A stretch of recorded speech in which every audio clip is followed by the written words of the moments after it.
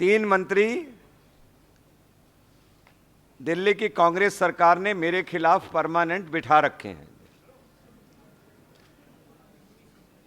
कौन कौन? अरविंदर सिंह लवली, हारून यूसुफ, राजकुमार चौहान, तीनों को मिलाकर एक होती हैं शीला दीक्षित। इससे अच्छा है कि वो खुद आकर हमारे सवालों का जवाब दें। आज की मेरी प्रेस कॉन्फ्रेंस इसी पे है। कांग्रेस के 15 साल, बीजेपी के 15 नए सवाल।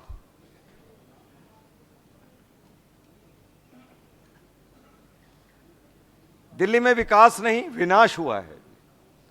दिल्ली में विकास नहीं, विनाश हुआ है।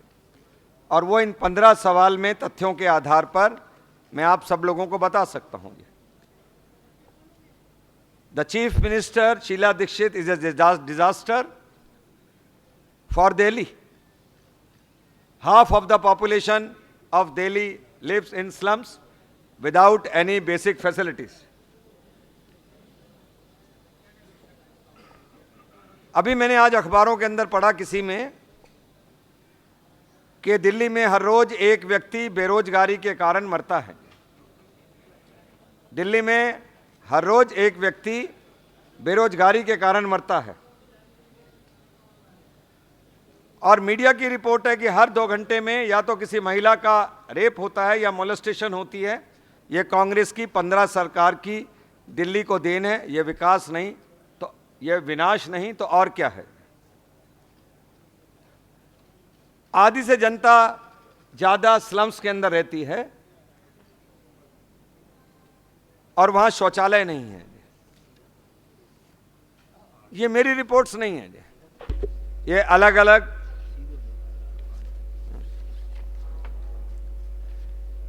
अलग एजेंसीज की रिपोर्ट में से मैं कोट कर रहा हूं।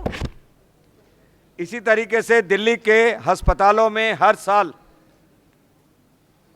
10,000 शिशुओं की मृत्यु औसतन दिल्ली सरकार के अस्पतालों में हो रही है। पिछले 5 साल में रिकॉर्ड बताते हैं कि 50,000 शिशुओं की मृत्यु सरकारी अस्पतालों के अंदर हुई है। मृत्यु दर 28 प्रति हजार है।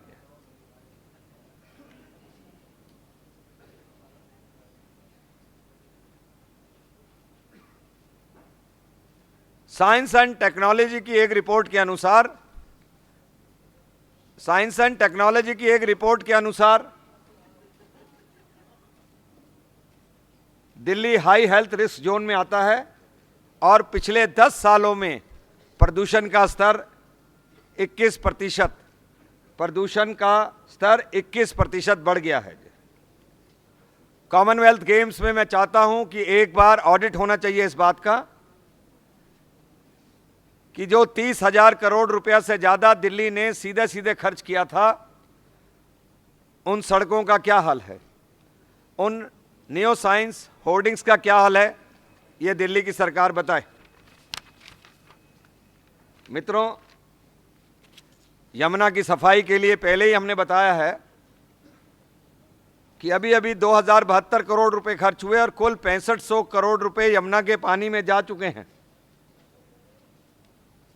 मुनक नहर पे अभी मैंने फैक्ट्स जो पता किए हैं तो 440 करोड़ नहीं 550 करोड़ रुपए खर्च किए गए हैं। 2012 में सीबीआई ने दिल्ली सरकार में करोड़ों रुपए के एंटीबायोटिक घोटाले का पर्दाफाश किया था। कांग्रेस सरकार उस घोटाले के बारे में आज कुछ भी बताने के लिए तैयार नहीं है। 2011 में जब बस क्लस्टर स्कीम लॉन्च की गई तो ये कहा था कि 11,000 बसें उतारी जाएंगी। तीनों मंत्रियों ने अभी पिछले दिनों में जवाब दिया है कि 5,000 बसें अभी तक आई नहीं हैं, आएंगी। यमुना के बारे में भी मुख्यमंत्री ने यही कहा है कि अभी तो हम साफ नहीं कर पाए 15 साल में, किंतु अगले 5 सालों में हम साफ करने की कोशिश कीजिए। सड़कों की मरम्मत के लिए अभी हाल ही में 3,000 करोड़ रुपए खर्च किए हैं, फिर भी तमाम दिल्ली की सड़कों के ऊपर गड्ढे हैं। ये नहीं पता चलता गड्ढे में सड़क है या सड़क में गड्ढी बनी हुई है। ये दिल्ली के मुख्यमंत्री ने जितने अस्पताल खोलने की बात की, उसमें द्वारका वासियों से भी 750 बिस्तर वाले सुपर स्पेशलिटी अस्पताल का वायदा किया था, वो पूरा नहीं हुआ जी। कॉमनवेल्थ गेम्स में जे क्लस्टर्स को तोड़ा गया 21 को, और वहाँ के निवासियों को विस्थापित किया गया, केवल 20% को जगह मिल पाई है जी। मित्रों, कांग्रेस सरकार दिल्ली में बिजली आपूर्ति के बड़े बड़े दावे करती है, किंतु एसोचैम की एक रिपोर्ट के अनुसार जो इंडस्ट्रियल प्रोडक्शन है वो बिजली ना होने के कारण 25 से 45% तक नीचे गिर गया है। ये मैं आपको कहना चाहता हूँ। मैंने अपने सवाल आपके सामने सारे रख दिए हैं। मुख्यमंत्री अपने तीनों मंत्रियों को कहे कि दिल्ली की जनता इनका जवाब मांगना चाहती है। I am not a candidate for any post. It is up to the parliamentary board to decide कि क्या करना है। आराम आराम से प्लीज, आराम आराम से। एक बात मैं स्पष्ट कर देना चाहता हूं, कल अखबारों में इस तरीके के बयान आए थे कि मानो मैं कमेटी को छोड़कर बीच में चला गया। मैं सेंट्रल इलेक्शन कमेटी में तब सदस्य था जब मैं ऑल इंडिया का जनरल सेक्रेटरी था। अभी मैं स्टेट प्रेसिडेंट हूं, इसलिए मैं उस कमेटी का मेंबर नहीं हूं। जब मैं मेंबर ही नहीं हूं तो मेरे बीच में छोड़ के आने की आवश्यकता नहीं थी। जब कमेटी की मीटिंग शुरू हो गई तो मुझे यमुना स्पोर्ट्स कॉम्प्लेक्स में जिस कार्यक्रम के लिए जाना था, जिसमें बाद में नितिन गडकरी जी आए, तो मैं उसमें गया। पर दिन भर आपके चैनल्स पर यह खबर आती रही जो कि ठीक नहीं थी कि मैं मीटिंग में से बीच में गया। दूसरी तरफ एक खबर ये आई कि भाई मैंने कोई इस्तीफे की धमकी दी है। मैंने कोई इस्तीफे की धमकी नहीं दी है। आपका क्या मानना है कि क्या बीजेपी को चुनावों में किसी एक चेहरे के साथ में उतरना चाहिए, चुनावों से पहले किसी चेहरे का ऐलान करना चाहिए या नहीं करना चाहिए? ये जो आपका सवाल है ये पार्लियामेंट्री बोर्ड ने अपने पास तय करने के लिए रखा है कि नहीं, मैं अपना मत नहीं दे रहा हूं, क्योंकि वो सवाल पार्लियामेंट्री बोर्ड का उसका जवाब देगी कि चेहरा उतरना चाहिए नहीं और कौन चेहरा होना चाहिए। जी अमित चौधरी, एक एक करके please. Parliamentary board doctor Harshvardhan के नाम पर मोहर लगाता है तो आपको खुशी होगी या नहीं? ये सवाल आपने मुझसे पहले भी किया था। मैं पहले भी सुन लीजिए प्लीज। पहले भी आपने किया था। जो जवाब मैंने पहले दिया था कि जिन सवालों को आप अगर करके इस्तेमाल करेंगे वो अगर के बाद ही जवाब दूंगा जी। जी अमित दिल्ली आज तक।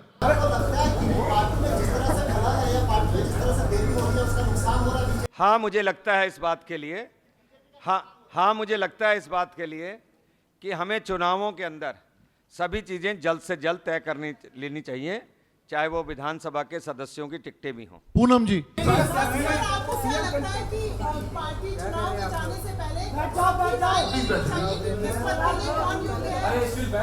हमने पिछले दिनों के अंदर हमारी विधानसभा में कौन एमएलए का कैंडिडेट उपयुक्त होगा, इसके लिए हमने उनसे सलाह ली थी जी। तो जाहिर तौर पर पार्टी जो भी फैसले लेती है उसमें नीचे वो सलाह करके ही करती है। एक एक करके ब्रह्म जी। पूनम जी, मैं ये कहना चाहता हूं, चाहे वो मुख्यमंत्री हो चाहे वो एमएलए के सदस्य हो, उसके लिए एमएलएज की और पार्टी के वरिष्ठ कार्यकर्ताओं की सलाह लेके ही पार्टी फैसला करेगी। एक एक करके। बीजेपी को इसका ऐलान कर देना चाहिए, जनता को बेसब्री से इंतजार है। आपको अगर आपसे पूछा जाए कि बीजेपी से सीएम पोस्ट के लिए कौन उम्मीदवार होना चाहिए तो आप किसका नाम? देखिए, अगर मैंने अभी नाम लेना होता तो मैं कभी का ले देता। पिछले 8 महीने के अंदर मैंने कभी भी ना तो अपना नाम लिया है और ना किसी और का नाम लिया है जी।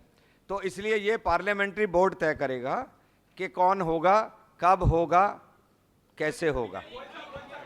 Please last question please. Last